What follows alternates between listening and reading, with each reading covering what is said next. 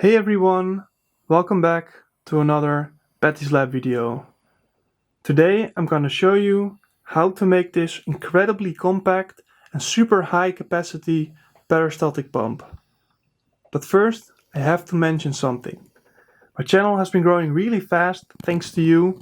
I have gained a lot of subscribers, but unfortunately only 1.4% of my viewers is actually subscribed. So please take a moment, smash that subscribe button, and you would really help this channel to grow even faster. With that out of the way, let's start.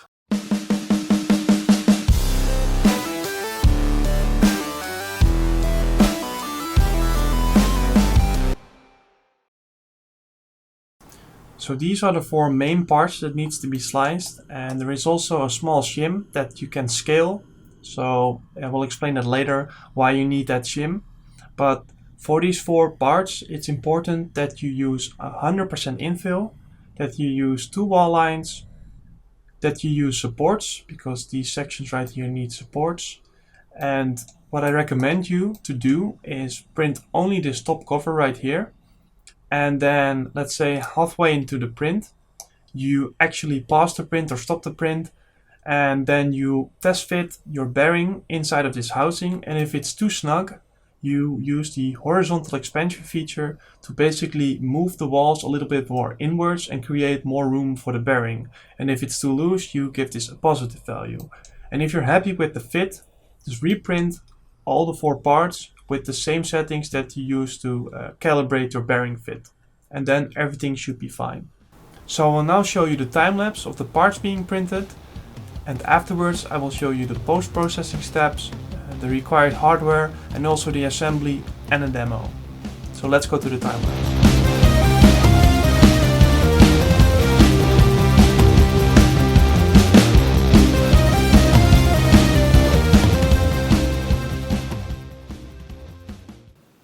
After we're done printing, there still is post-processing that needs to be done before we can assemble everything, and that is removing the supports from these four areas right here, and also drill out these four holes with a 3mm drill bit so they can house M3 screws.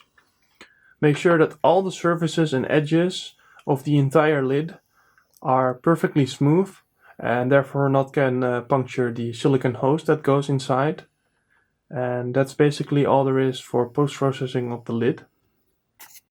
So this is the pump housing, and as you can see there are four holes inside, and these holes need to be drilled out with a 3mm drill bit in order to house four Countersunk M3 screws. And this is for a part 2 video where I will make a better version of this IKEA based drill motor assembly, that I will also show the electronics of how to drive this with different speeds. And this will basically bolt onto the pump, and that will make it into one unit, and that will just require some DC power, and then you can operate the pump like that and you don't need to add your own motor. But this will be a part 2 because it's actually quite tricky to print, and I also need to change the design a little bit. So let's continue with the housing of the pump. We have four outer holes, and these needs to be drilled with a 2.5mm drill bit in order to be tapped with a M3 tap. And also it's a good practice to use some cutting fluid for tapping and drilling in PLA, because therefore you reduce the risk of actually melting the PLA while you drill and while you tap. Then furthermore, it's really important that you sand the entire internals of this housing. So make sure that this entire internal path is really smooth, no sharp edges, because it will house a silicone tube inside, and that will actually be pressed against the walls. And if there is any sharp edges, it can actually rupture and tear the silicone hose apart. Then for the final two parts, this is the lower disc, and you need to drill out these four holes with a 5mm drill bit, and maybe you have to countersink these countersunk holes a little bit more if the screw is not going deep enough in there. Then for this other ring, the same procedure, without the chamfering of course, the countersinking, but make sure you drill all of these four holes with a 5mm drill bit so that they can house an M5 screw. So we're going to start the assembly, and I will include a list of all the parts in the description so you can see what is required to build one of these pumps. I'm going to start with using an M5x25 mm Countersunk screw. Then we're going to add a M5 1mm thickness washer. Then we're going to put on 3 625 bearings. Then another washer. And then gonna add an M5 nut in one of these slots, and then we're gonna screw this together. And don't tighten this all the way, just that you can still wiggle everything. Then we're gonna insert a second stack of bearings. So yet again, don't tighten this all the way, so still a little bit of wiggle. Then we're gonna add the M5 threaded rod. And what you have to do is you have to get a M5 nut in here, and then from the countersunk side, so with the countersunk screws, you insert this, then you screw it into the nut, so it's like in here. Then you add a washer on top of there. As you can see, I have the ring on here, and I have the threaded rod protruding from the other side right here. And now we can add a nut on here, and that will go into the pocket. And now you can screw this like so. And then with the spanner you can tighten this bottom nut right here. Make sure that if you get the cover, you insert it, and that you have enough space for a washer, an optional washer, and a nut. So you can kind of like adjust. You can adjust this so it will be like so. Now you know how much of this is protruding. So now you can undo the outer one. And now you can use a spanner in order to tighten this inner one. So make sure that this nut is extremely tight, and you might even want to use some Loctite in order to fix it in place even better. So let's add the final bearing stack. So that's the inner rotor completed now. And now what we can do is we can insert this into the base, so in the inside of the housing. Then we can place the cover.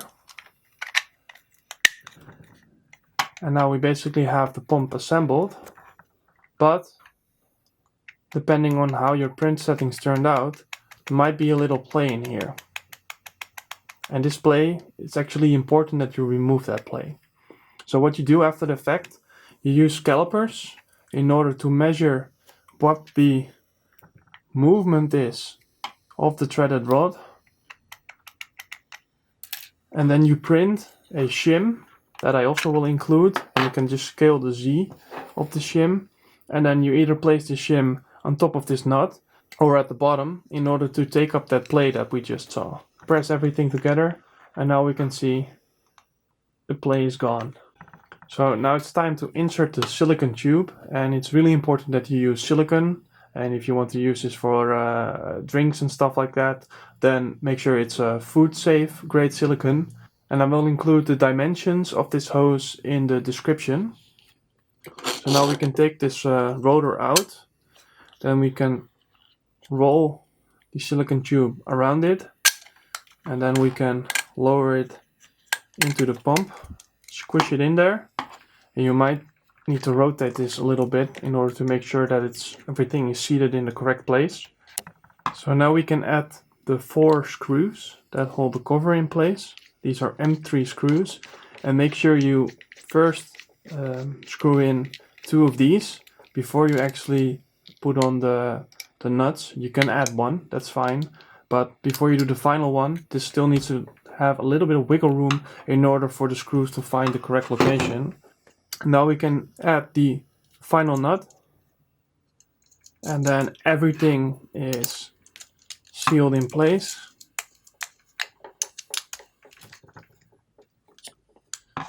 And this completes the entire assembly, and this shaft you can connect to whatever motor you want, or you can wait for part 2. And this basically completes the assembly of the pump. Furthermore, I have to mention there are 2 M5 holes right here, and I will include a step file that basically has the bottom of this pump, so you can model in your own mounting brackets, so you can mount them however you like. And then you can connect this M5 shaft to a motor of your choice. I have to mention that a regular NEMA 17 without a gearbox is not strong enough to drive this, because it's quite tough actually to drive it. But as I mentioned before, I will make a part 2 of this video in the future that will have a version of this that is printable for you as well, and this will work perfectly fine on this pump. And this is me in editing doing a voiceover, because I thought the video was over, but of course we need the demo, so please enjoy the demo. So for the experiment I will be using this cordless drill with a maximum speed of 1300 RPM, and I will move 1.5 liters of water out of this measuring cup with this pump, and I will show you how incredibly fast it is, so that's why I have a timer here. I will also be holding this hose because this pump has so much power that it can actually suck itself to the wall, and then of course it will collapse on itself. So let's start the test.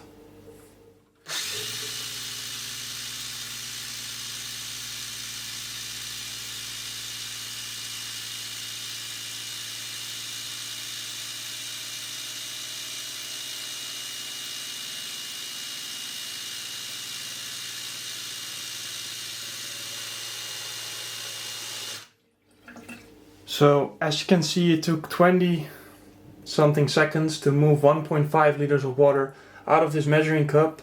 So that means that this is approximately now moving 4.5 liters of water in 1 minute, which is incredibly fast for such a tiny pump. So this was part 1, the journey to make this peristaltic pump. In the part 2 I will go into the motor and also the motor driver. Thank you for watching, and remember, just try to DIY.